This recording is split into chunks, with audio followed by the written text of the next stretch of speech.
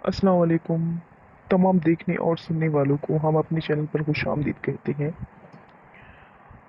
जिन लोगों ने अभी तक चैनल को सब्सक्राइब नहीं किया तो चैनल को सब्सक्राइब कीजिए और वीडियो अच्छी लगे तो लाइक कीजिए। ज़्यादा से ज़्यादा लाइक्स पर आप लोगों को लंबी और जल्दी एपिसोड मिल जाया करेगी।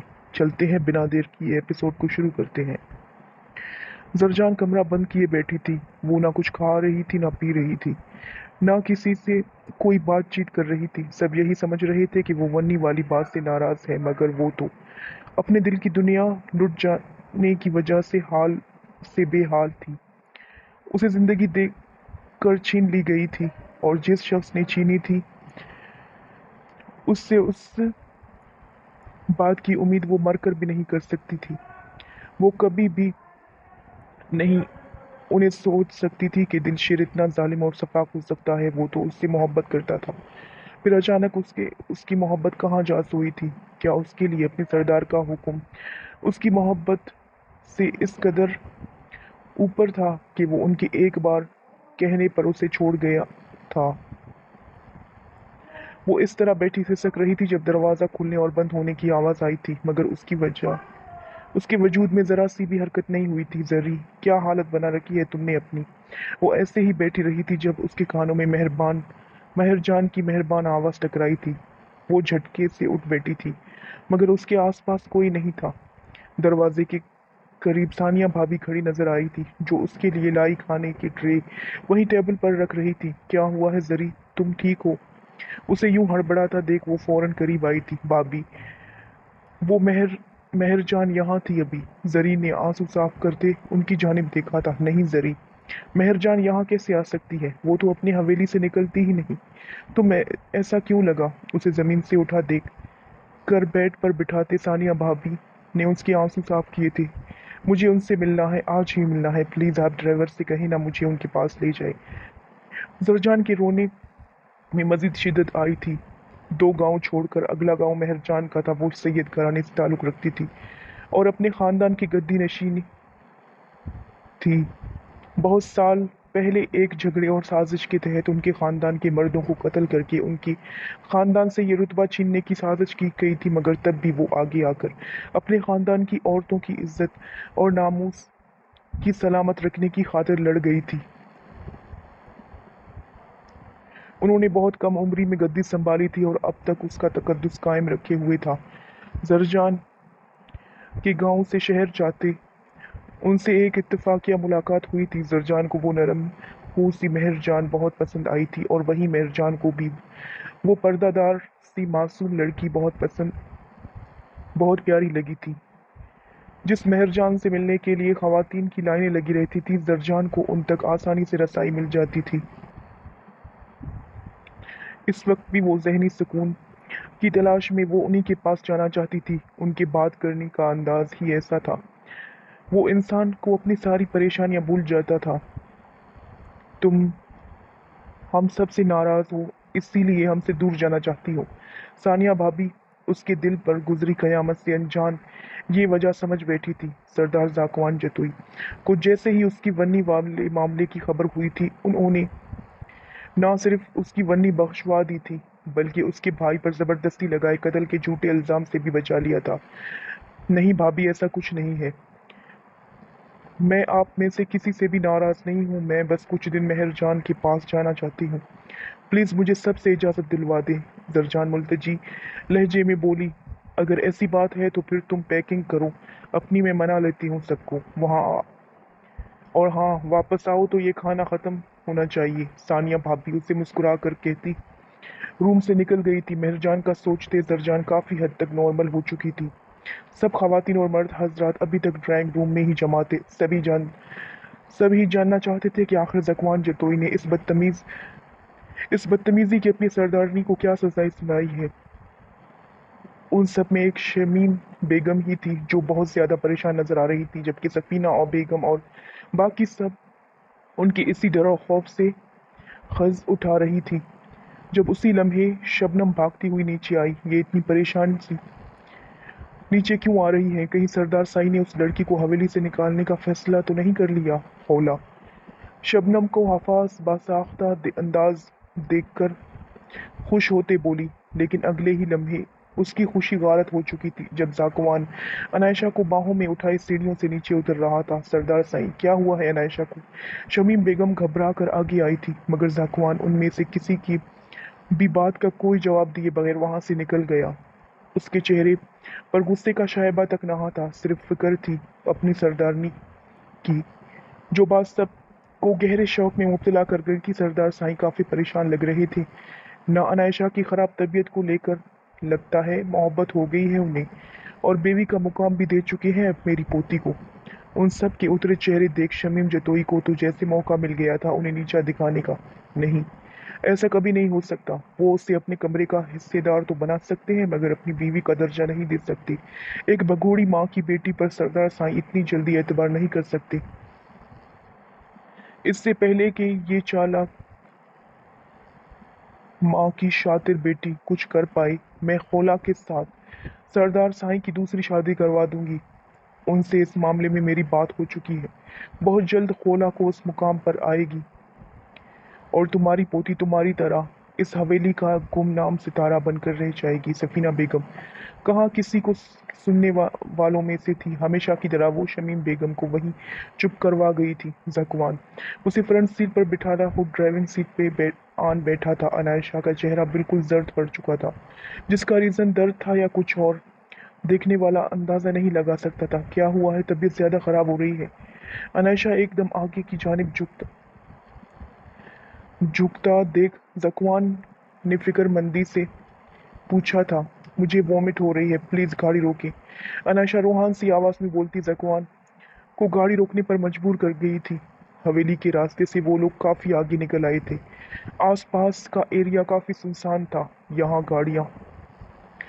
गाड़ी रोकने खतरे से खाली नहीं था, मगर ज़कवान जतोई ने अपनी सरदारनी के कहने पर यह रिस्क भी ले लिया था। उसकी गाड़ी रोकते ही अनायशा बाहर निकली। ज़कवान भी गाड़ी से निकलकर उसके करीब आया था, लेकिन अभी वो चंद कदमों के फासले पर रुकी जब अनायशा चारों तरफ से नजरें दौड़ाती मुस्कुराती निगाहों से उसे देखकर वापस पलटी थी। एक कदम भी आगे मत बढ़ाइएगा सरदार साईं। अनायशा उसकी दी शॉल अपने ऊपर से झटकती नीचे फेंक चुकी थी और अपने पास छुपाई दिलशेर की गन निकाल कर ज़कवान पर तानी थी। दिलशेर की बेइज्जती के दौरान नजर बचाकर उसने ये गन टेबल से उठाई थी, जैसे दिलशेर बेध्यानी में वहीं छोड़ गया था। ज़कवान सर्दोसपाट तासुरात के साथ अपनी जगह पर ही खड़ा उसे घूर रहा था, जो अब बिल्कुल ठीक खड़ी थी। उसके चेहरे पर दर्द का नामो निशान तक न था। वो सिर्फ उसने एक नाटक किया था हवेली से बाहर आने के लिए। अब वो ज़कवान जतोई की गाड़ी लेकर यहाँ से फरार होने का इरादा रखती थी। तुम्हें क्या लगा ज़कवान जतोई, मुझे इतनी आराम से अपनी गुलामी पर मजबूर कर लोगे और मैं तुम्हारी बांदी बनने के लिए तैयार हो जाऊंगी? तुम्हारी जिंदगी की सबसे बड़ी गलतफहमी है ये। तुम पूरी दुनिया को अपना गुलाम बना लो, मगर अनायशा आजम खान को कभी अपने इशारों पर नहीं चला पाओगे। अनायशा के हर लफ्ज पर से नफरत टपक रही थी, जैसे वो सामने खड़ा सीने पर हाथ बांधे आराम से सुन रहा था। जब उसी लम्हे अनायशा के कानों में गाड़ियों की आवाज गूंजी, उनने जैसे ही दाएं बाएं देखा, उसका दिल धक से रह गया। वो तो ये बात फरामोशी कर गई थी कि इतने बड़े सरदार के गार्ड्स भला कैसे उसे अकेला छोड़ सकते थे। उसके हथियारों से लेस गार्ड्स गाड़ियों से उतरकर अपनी बंदूकें ताने उसकी जानिब बढ़ रही थी। बोलो, क्या हुआ? खामोश क्यों हो गई? मैं अपने बारे में तुम्हारे ख्यालात जानने का ख्वाहिशमंद हूँ। ज़कवान उसके चेहरे पर पनपते खौफ के साए देख चुका था। शब्बीर, इन सबको यहाँ से लेकर जाओ। मुझे कोई एक भी यहाँ आसपास नजर नहीं आना चाहिए। हुक्म है मेरा। जिससे रोगर्दानी करने वाले का अंजाम बहुत खतरनाक होगा। ज़कवान ने अपने खास आदमी को फोन करके सब गार्ड्स को वापस जाने का हुक्म दिया। वो अच्छे से जानता था कि उसके लोग उस पर जान देते थे, उसे यहाँ अकेला नहीं छोड़ सकते थे। इसीलिए उसने साथ धमकी देना जरूरी समझा। वो अपनी सरदारनी का ये रूप खुद ही देखना चाहता था। अगले ही लम्हे उसके हुक्म की तामील करते सारे गार्ड्स वहां से हट गए, जबकि अनायशा मुंह खोले ये सब देख रही थी। क्या ये सरदार सच में साइको है? उसने अपने गार्ड्स को यहाँ उसने अपने गार्ड्स को क्यों भेज दिया यहाँ से? अनायशा का दिमाग घूम गया था। तुम कुछ कह रही थी। ज़कवान ने उसके गुमसुम अंदाज को देखते उसे वापस होश की दुनिया में पटका था। तुम ये समझ रही हो कि मैंने ये गन वैसे ही उठा रखी है, तुम पर चलाऊंगी नहीं तो ये तुम्हारी भूल है। अनायशा उसे मजे से खड़ा देख धमकी आमेज लहजे में बोली, अब मैं आपसे किसी भी बात की तवक्को कर सकता हूँ सरदारनी साईं। आप इस बात की फिक्र मत करें। ज़कवान ने उसे पूरी तसल्ली दी थी, जबकि उसकी तंजिया लहजे पर अनायशा ने उसकी जानिब देखा। निगाहों का तसादुम हुआ। उसकी मकनातीसी निगाहों में कुछ ऐसा था जो वो घबरा कर फौरन नजरें चुरा गई थी। उसकी हार्ट बीट अचानक से तेज हुई थी। अब मैं आपसे किसी भी बात की तवक्को कर सकता हूँ सरदारनी साईं।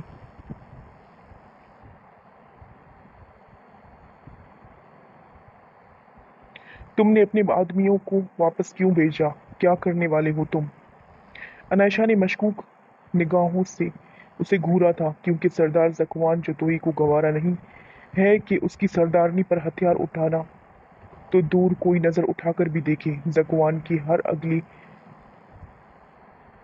बार अनायशा की गन पर गिरफ्त ढीली कर रही थी। कुछ फासले पर खड़ा ज़कवान जदोई उसके हाथों की कपकपाहट बआसानी देख सकता था।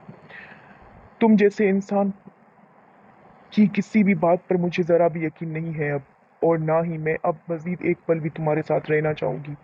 तुम्हारी बेहतरी इसी में होगी कि मुझे मुझे अब यहाँ से जाने दो, वरना मैं।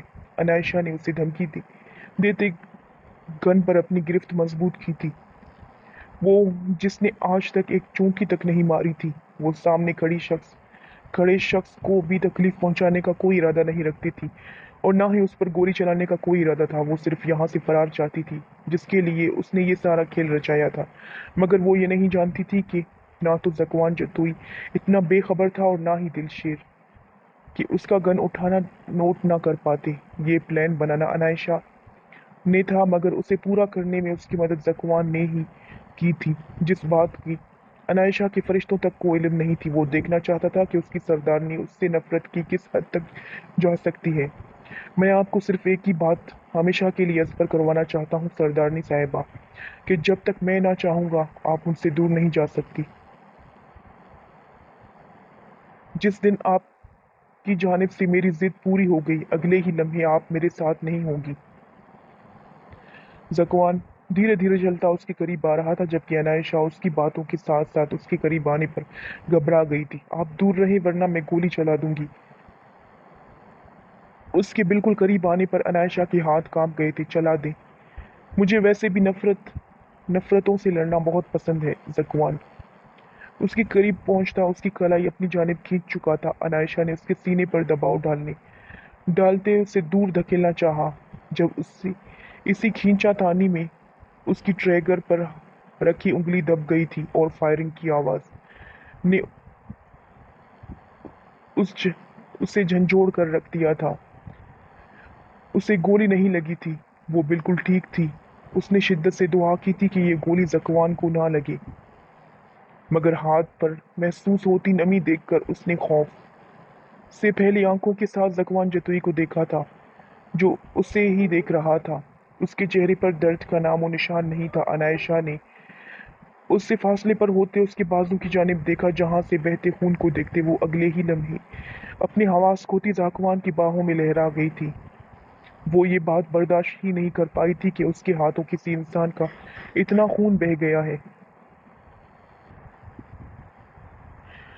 मेहरजान के गांव के रास्ते पर लम्हा लम्हा गाड़ी को आगे बढ़ता देख जरजान की चेहरे पर आसूदगी भरी मुस्कुराहट फैल गई थी, मगर इस संगदिल शख्स की बेवफाई के जख्म उसके रूह को ऐसे छलनी कर चुके थे कि उसका दर्द आंखों के रास्ते वाजे दिखाई दे रहा था। सानिया ने उसे सब घर वालों से इजाज़त ले दी थी। उसकी हालत देखते किसी ने ज़्यादा एतराज़ नहीं किया था। उसने फ़ौरन पैकिंग की थी, ढलती शाम की में ही वहाँ से निकल आई थी। वो इस वक्त अपनी हवेली के पुराने और सबसे काबिल एतबार ड्राइवर के साथ थी, जिनके साथ हमेशा वो यूनी से आती जाती थी। इस वक्त भी वो गाड़ी के बैक सीट पर बैठी, आंखें मूंदे, सर सीट के पुश्त से टकाए, उस शख्स के संग दिल को बुलाने की कोशिश कर रही थी, मगर वो बार बार अपने सहर अंगेज शख्सियत के साथ उसकी आंखों के पर्दे पर आन ठहरता था। वो अपनी सोचों से ही जंग लड़ने में मसरूफ थी जब अचानक फायरिंग की आवाज के साथ उसकी गाड़ी एक झटके से रोड के दरमियान रुकी थी। जरजान ने घबराकर आंखें खोली थी।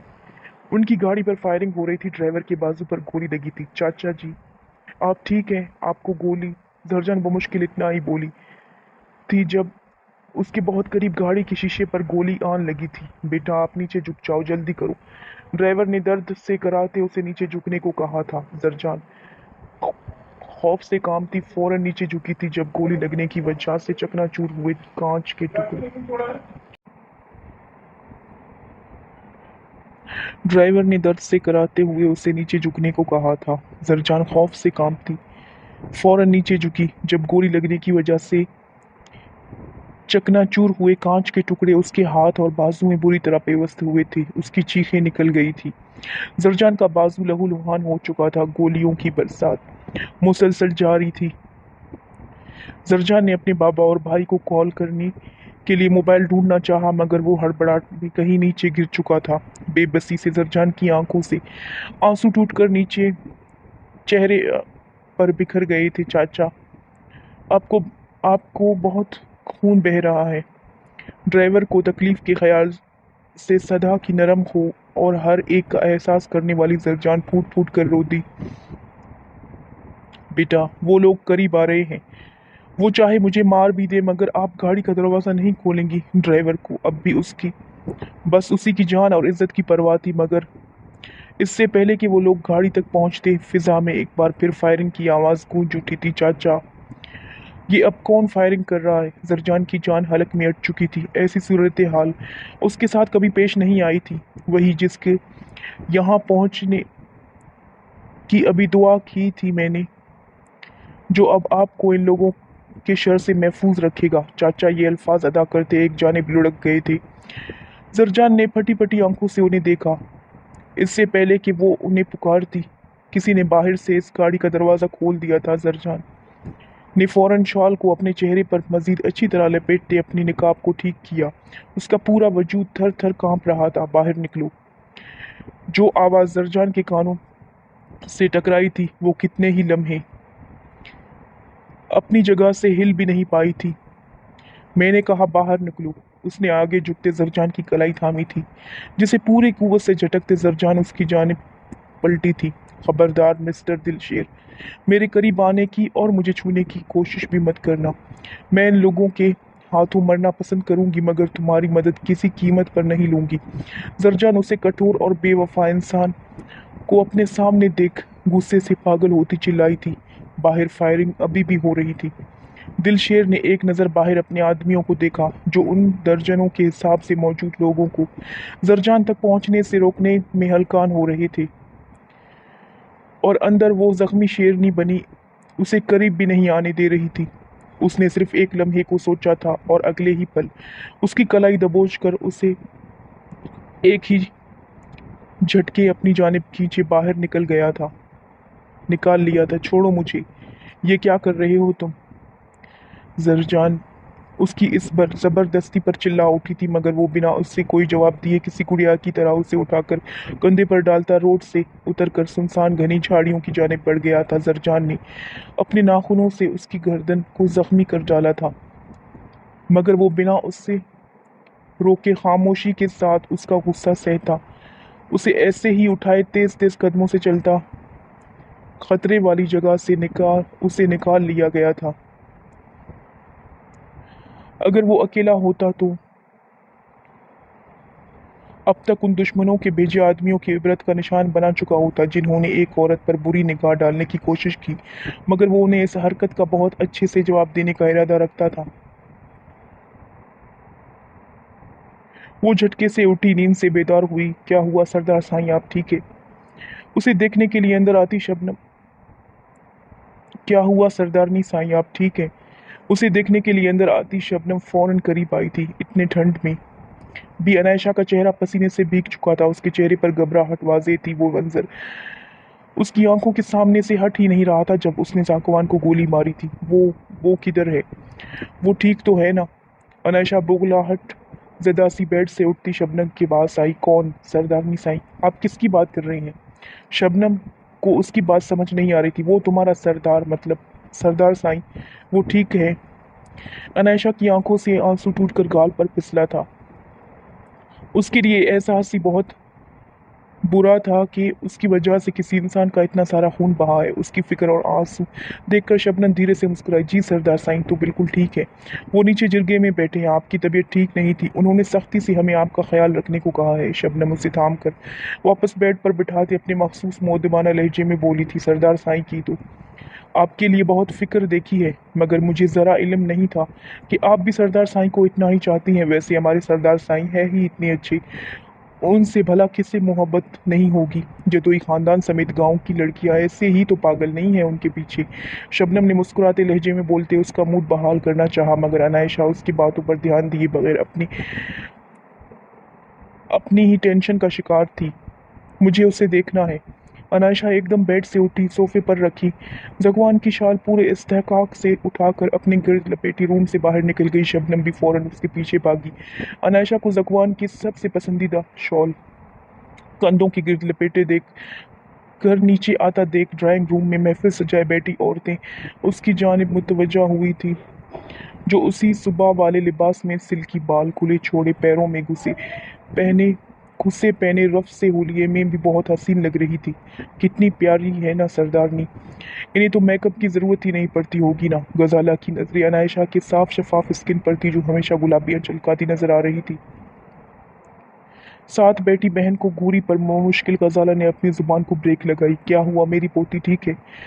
शमीम बेगम शबनम के इशारे पर फौरन उसके करीब आते उसे रोक गई थी, क्योंकि उससे कोई बैद न थी कि वो ज़कुवान के पास वहां भी पहुंच जाती।